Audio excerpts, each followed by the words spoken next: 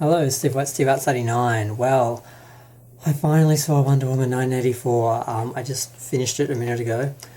I'm so relieved. It was great. It was really great.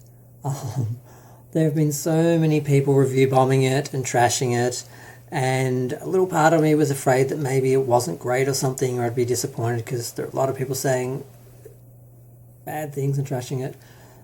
And I don't know what's wrong with them. They're all a bunch of trolls. I don't know. I guess the memo just went out to Trump supporters to trash the film because it was like anti-Trump or something. I don't know what's wrong with these people. I saw a couple comments about a couple of things, and now I've seen the film. I'm like, that's just rubbish. You would just look. Sometimes I think maybe when you're looking for faults in a film and you've decided you're not going to like it, and you're just looking at it in those terms, you're going to find little things, and then people try and make them into a real issue or complaint, but it's all just rubbish. I'm just so relieved. It was great. It was so great. It was everything I wanted it to be. It was everything it could have been.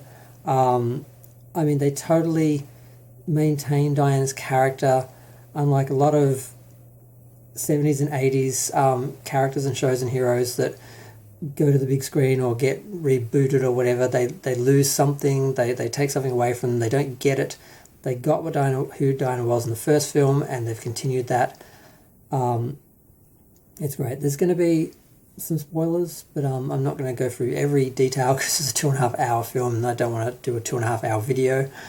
But the film starts off pretty basic. You have young Diana learning a lesson.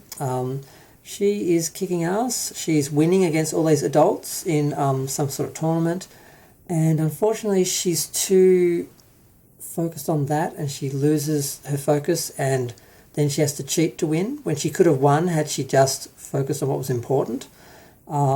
She gets called out on it, and she gets taught that lesson. And then we go to her as an adult in 1984. She's working, in the Smithsonian or whatever, and she hasn't moved on from Steve. She's still mourning him. She's still living for him. She's basically dedicating all the time outside of work to rescuing people. She's literally got like a little setup with all TVs so she can just watch all the news and be there, I guess, to save people and that. I cried in the mall scene when she was just flying around and kicking ass. There's a moment, basically, there's a bunch of robbers, and when they're trying to escape, one of them literally grabs a little girl and like hangs her over a balcony, it works. It's cliched in a way, but it's perfect, and it works.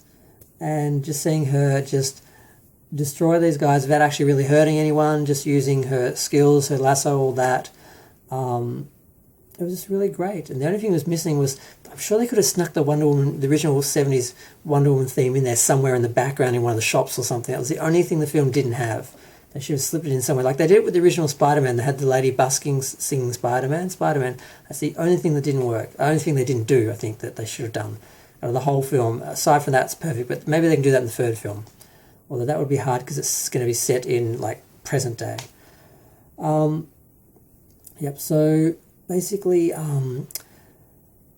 they are uncovering in this jewellery store a bunch of antiques that are being sold on a black market. And one of them is the monkey's paw. And the main villain of the film, Max, who is he's not really based on Trump. I mean, he's just an archetypal evil businessman. I mean, I guess Trump kind of fits into that category, like whether you're focusing on him or not. It's not about Trump. It's so stupid. He's nothing like him. Aside from like the 80s sort of excess thing, which that was just a cliche of him then. So maybe then, but it's nothing to do with him now. So that's a bunch of projection or something. I don't know what that was. But he has been researching this forever. He tracks it down when it comes up. He finds it.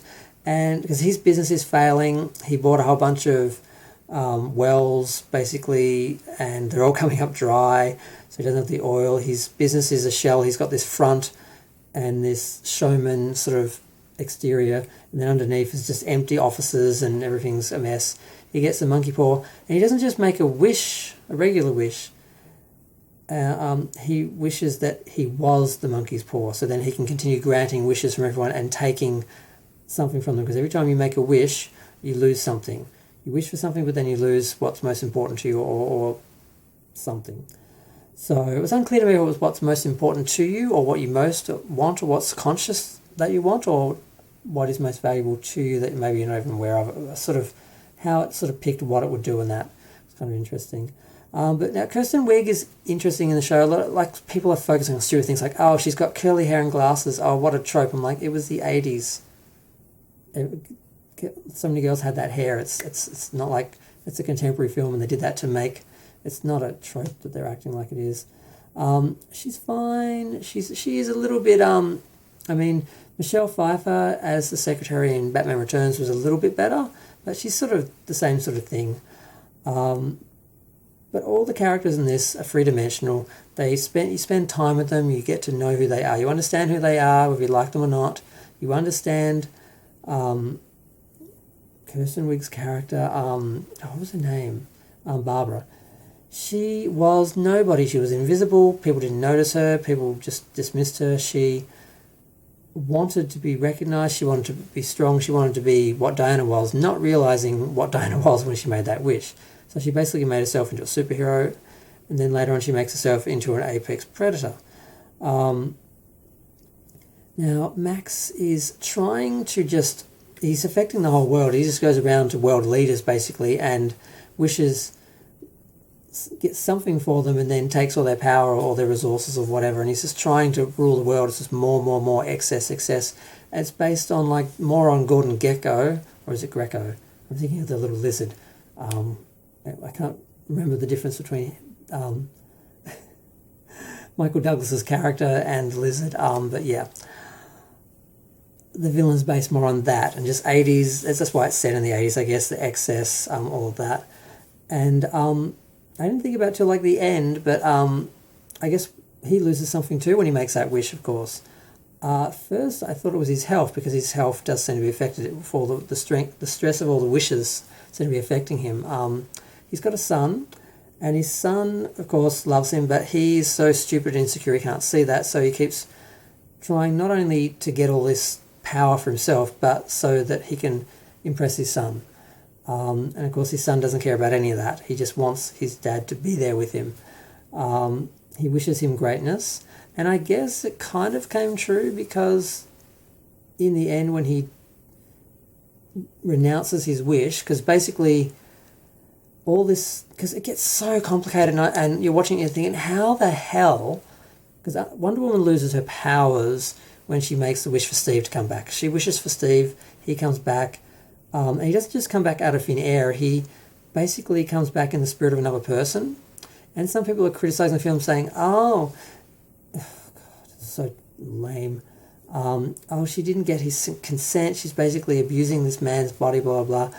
They sleep in the same bed together. There's no sign they actually had sex, and there's so many issues with, like, looking at that and why that's a non-event. But he's literally, this guy, I'm wondering where the guy was, but basically he was an empty vessel being used for Steve. So she was with Steve in this other guy's body. I don't know where he was, but he pops up at the end of the film perfectly fine, so I don't know where he was, but he wasn't there being abused. So she has to renounce her powers, renounce the wish to get her powers back. She has to give up Steve, and he basically tells her this. He sacrifices himself by telling her, you have to sacrifice me so you can get your powers back so you can fight this. And the assumption is sort of like the vampire thing, like you kill the master, everyone else is, like, saved and cured. So eventually, because there's a lot, like I said, it's so complicated that, like, the whole world, he's going around wishing, giving everyone wishes, and then he gets onto TV, and it's some kind of technology where it's actually, the beam is actually like a particle beam, so it's actually touching, because anything he can touch, he can grant a wish to. So he basically transmits to the whole world and gets the whole world to wish. So it's just an absolute disaster. People are wishing people drop dead, they drop dead. People are wishing to have money and power, and then of course they're all losing something, and the world just goes to hell. The the American president wishes for like more nuclear weapons than everyone else. Everyone else then is threatened and declares war because America has more nuclear weapons and like on the brink of nuclear war, and individuals are just going mad in the street. And I'm thinking, how can they undo all this? And it's like the idea that, like the vampire thing, that if Max renounces his wish, then all the powers are taken away from everyone else because it undoes everything. And I thought, well, that's great. And how does she do that? Because he's just obsessed with more and power, and he's just, totally overwhelmed by it. And she reminds him of his son, and his son is going to die. He's out wandering around the street. The bombs are about to drop, so he has to renounce his wishes so he can save his son. And he tells his son, "I'm pathetic. I'm nothing. Like you shouldn't look up to me. Well, I'd like to be someone you can respect one day."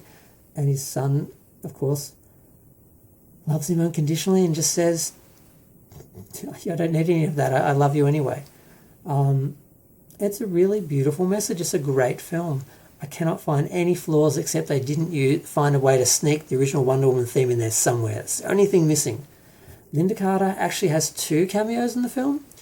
I shouldn't spoil it in case someone actually watches this without seeing the film. I doubt anyone would do that, but just in case you haven't, I'm not going to ruin it for you, because someone was nice enough not to do that for me, and I'm so glad, because there's a point and you're like, oh my god. And yeah, then it explains itself in the end, and it's great. In order to fight Max at the end, Cheetah at the end, Wonder Woman takes the armor of a goddess who basically, from the past, she finds that, so she's got that wrapped up in her little den with all her TVs, so she can see, everyone's news reports, everyone in need and everything, and so the world goes back to normal. And the only criticism I will give the film is, because I was a bit confused about this, is when he renounced his powers, I assumed everyone else's wishes would disappear, but it showed everyone renouncing their wishes. Now, she used the lasso and him and the beam somehow to basically show everyone the truth. And then everyone renounces their wishes. Now, realistically, I don't think everyone in the world would renounce their wishes. If they were automatically rescinded because he renounced his, that would make sense, and maybe that's what them saying they renounced it is like. But that was a little bit unrealistic, the idea that everyone in the world would renounce their wishes because they see the truth.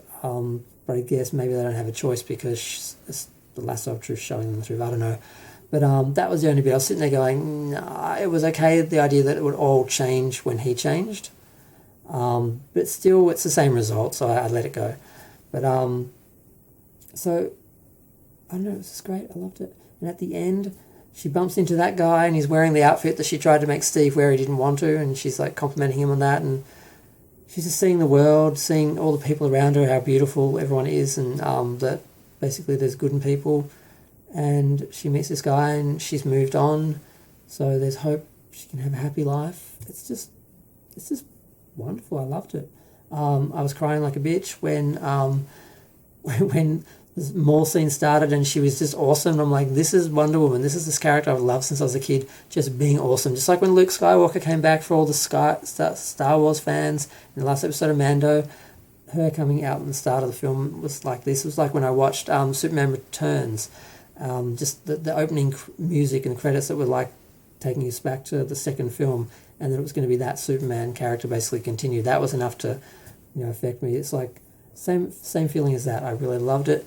And when Steve was sacrificing himself and she was giving up her wish, that was very emotional. In the end, the son having unconditional love for his father, who was too dumb to see it, getting it in the end, because I guess that's what he lost when he gave up his wish.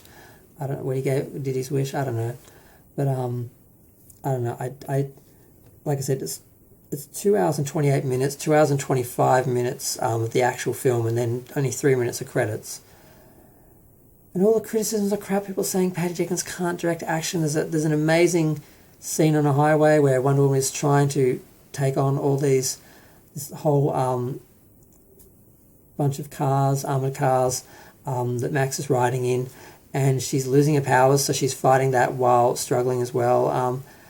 Like someone focused on one shot of her and these kids because there's these stupid kids playing on the road, of course, and she has to rescue them in the midst of all this, and she basically falls on the ground holding them, and some people were like just clipping like a couple of seconds and saying, "Oh, look how fake that looks. Oh, Patty Jenkins can't direct action." It was just rubbish. It was great. The film was great. Don't listen to anyone. See it, buy it, whatever. I'm just so glad I finally saw it. I didn't think I was going to see it. I was going to go see it in the cinema. I bought my ticket, $27 or something, for like the best seat in the best screening. And then a bunch of people got tickets, and I was like, I don't trust there not to be COVID, because Sydney's just had an outbreak. The city, if you're not from Australia, I'm in Melbourne. Sydney had an outbreak, and I just was too nervous to sit in a cinema for 2 hours with a bunch of strangers. They could have been with someone from Sydney for all I know.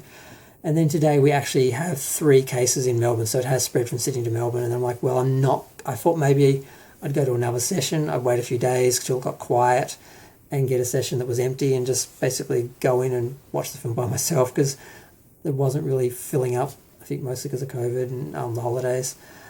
But once I realised there were cases in Melbourne, I thought, I can't risk it. I'm not going to see this film. And then someone sent me the film, which I really appreciate, and I just watched it. I waited till I was busy, finished with all my stuff, waited for the night. Sort of, it's 6 a.m. I started watching it around 3 a.m. in Australia, but I stay up all night.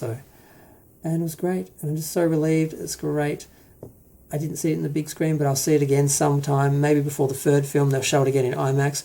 I was confused because the aspect kept changing, and I realised, this is the IMAX version, and it keeps changing because some of the scenes were shot in IMAX. It's like with Batman, second Batman one, and Star Trek Into Darkness, the ratio shifts because for some reason they shot some scenes in IMAX for IMAX screen, and the rest are just regular widescreen.